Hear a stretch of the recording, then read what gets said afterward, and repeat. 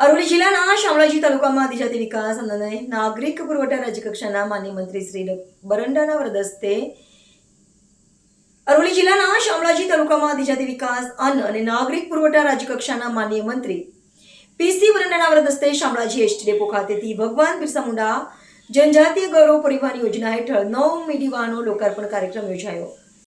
ભગવાન બિરસા મુંડા જનજાતીય ગૌરવ પરિવહન યોજના હેઠળ 9 મિની વાહનોનો લોકાર્પણ કાર્યક્રમ યોજાયો હતો।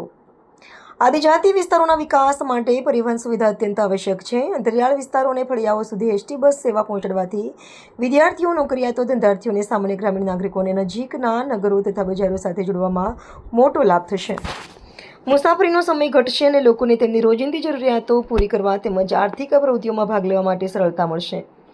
આવી યોજનાઓ દ્વારા આદિજાતિ સમાજને મુખ્ય વિકાસ ધારા સાથે જોડીને સમાવેશી વિકાસનું લક્ષ્ય પ્રાપ્ત કરી શકાય છે। સરકાર આદિજાતિ વિસ્તારોમાં મૂળભૂત સુવિધાઓ પહોંચાડવા માટે સતત પ્રયત્નશીલ છે અને મિની વાહનો તે દિશામાં એક મહત્વપૂર્ણ પગલું છે। આ મહત્વપૂર્ણ લોકાર્પણ પ્રસંગે પ્રાયોજન અધિકારી, જિલ્લાના પદાધિકારીઓ, વિવિધ વિભાગોના અધિકારીઓ તેમજ મોટી સંખ્યામાં સ્થાનિક નાગરિકો ઉપસ્થિત રહ્યા હતા। ભગવાન બિરસા મુંડાની 150મી જન્મ જયંતિના ભાગરૂપે બિરસા મુંડા પરિયોજનાનું આજે અહીંયા 9 બસોનું લોકાર્પણ કરવામાં આવ્યું છે।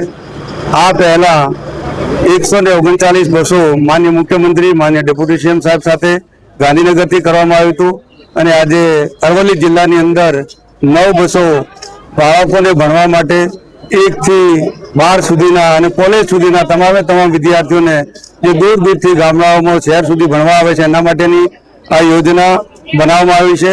માનનીય પ્રધાનમંત્રીશ્રીએ જ્યારે અહીંયા કેવડિયા ખાતે આવ્યા હતા એ વખતે 500 કરોડ રૂપિયાની જાહેરાત કરવામાં આવી હતી।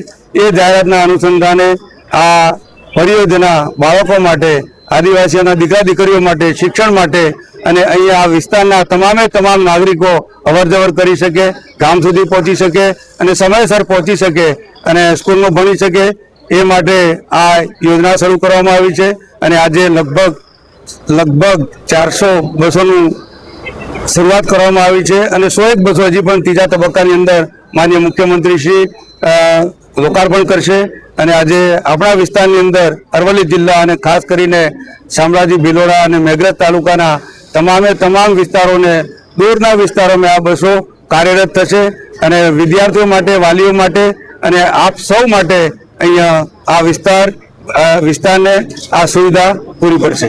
ધન્યવાદ।